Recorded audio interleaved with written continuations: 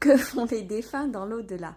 Les défunts dans l'au-delà, selon leur niveau spirituel qu'ils avaient sur cette terre et qui sont partis de l'autre côté, vont sur des plans différents. Premier plan, deuxième plan, troisième plan, puisque c'est la vie après la vie. Ils peuvent travailler, ils peuvent biloquer, parce que les morts biloquent et peuvent être à 2-3 endroits en différents. C'est pour cela que souvent dans des fratries ou dans des familles, on peut voir un papa décédé ou une maman décédée dire « je l'avais hier soir dans ma chambre » ou « je l'avais dans ma salle de bain » ou autre, et dire ce que nous avons ressenti.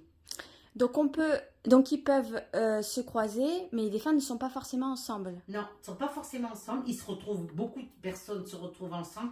Et souvent, ce qui se passe, c'est quand des personnes partent dans l'au-delà, ils sont accueillis par les siens. Et on peut être accueilli aussi par des personnes qu'on n'a pas forcément envie de revoir, mais qui, pour pouvoir racheter leurs fautes, viendront vous accueillir. Vous pouvez retrouver vos chats, vos chiens, etc. Tout dépend Du niveau du spirituel. niveau spirituel de la personne. Et alors, qu'est-ce qu'on fait dans l'au-delà? On travaille. Et on... Quand on dit qu'on aura toute la mort pour se reposer, c'est faux. Ça me fait bien rire. Parce qu'en fonction, ils peuvent travailler sur des plans de conscience très élevés et pouvoir aider des personnes. Qu'est-ce qu'ils font comme travail, par exemple? Accueillir, par exemple, des morts accidentés ou des morts pendus ou des enfants, et travailler avec des plans supérieurs, soit avec des enfants, soit avec, par exemple, des suicidés. Des animaux aussi? Les animaux, tout ça. Et ils vont les placer de l'autre côté.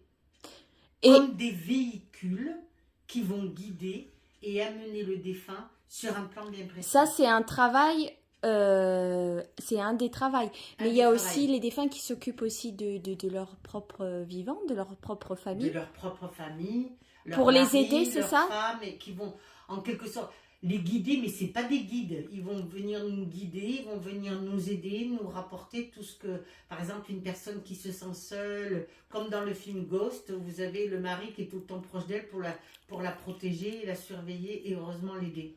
Donc dans l'au-delà, pardon, il n'y a ni temps ni espace. Ni temps ni espace. Il n'y a pas de vêtements, il n'y a pas de boissons. Ils ne peuvent pas pas aller boire un petit coup au bar du coin. Voilà, on ne peut pas aller boire un petit coup au bar du coin ou on ne peut pas aller manger au restaurant d'à côté. Mais par contre, ce qui peut se passer, parce que moi ça m'est arrivé une seule fois dans ma vie, mais une fois qui m'a été très très marquée, le défunt peut vous incorporer pour essayer d'aller manger le plat qu'il préférait ou quelque chose comme ça. Moi ça m'est déjà arrivé. Et alors, donc il y a ça comme travail, donc s'occuper des animaux, des enfants, et qu'est-ce qu'il y a d'autre? Mais qu'est-ce qu'il y a d'autre comme travail?